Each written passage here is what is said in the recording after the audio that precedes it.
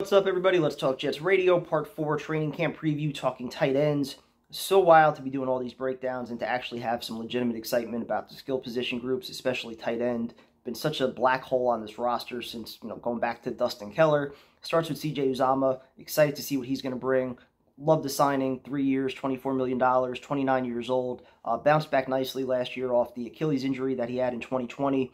A guy that's just well-rounded, good run blocker, good pass blocker, helps you as a security blanket, as a receiver in the passing game as well. Perhaps more than anything also that he brings on the field is what he brings off the field. A guy that's been with the Bengals since he was drafted. He's seen that team at the bottom of the barrel. He knows what it takes to go from rebuild to contender. I think he's ultimately going to bring that winning mindset, that winning mentality to this locker room. Not to mention it's a relatively young offense, so having that vocal leader I think is incredibly important. You throw in Tyler Conklin now as well, 3 years, $20 million for him. A little bit smaller than Uzomah, 6'3", 250 compared to Uzomah, 6'5", 270. I think Uzomah helps you a little bit more in the blocking game. Conklin a little bit better as a receiver, a little bit quicker, a little bit better route runner, but still just a great combination to have here.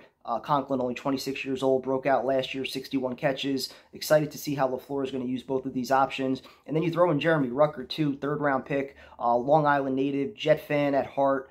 Love when you get a kid like that who just wants to be with the organization. I think that only adds to the motivation level of a player. I'm curious to see how they're going to use him as well and whether or not he can handle perhaps that H-back role. That might be his ticket to some more playing time as a rookie. Either way, you want to incorporate him into the offense, see what he could do ideally by the end of year 2, year 3. You want to know if he could potentially be a starter in this league.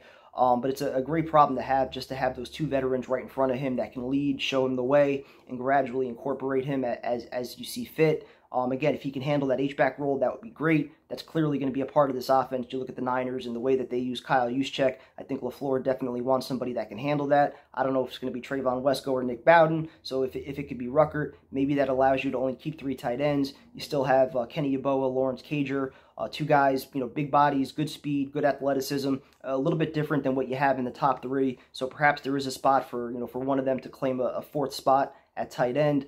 But just overall, great competition, a nice mix of veterans and youth. And I think more than anything, it allows Lafleur to bring this offense to full capacity. I think last year they wanted to go with some 2 tight end sets, but ultimately when it's Tyler Kroft, Ryan Griffin as your top 2 options, I don't think there's a whole lot of trust there. I don't think you're fooling a lot of defenses with those 2 guys on the field. But you throw in Conklin, you throw in Uzomah, perhaps even Ruckert as a rookie. We'll see where his game is at. But just having those guys that are versatile, you don't know if they're blocking, you don't know if they're going out as receivers. I think just the overall mix of all the skill position groups, like I said, 4 receivers, 2 running backs, 3 tight ends, that's 9 guys that you're rotating at 5 spots. You could go matchup specific, based on each week, each game plan. Do you have an advantage with your tight ends over linebackers, receivers over corners?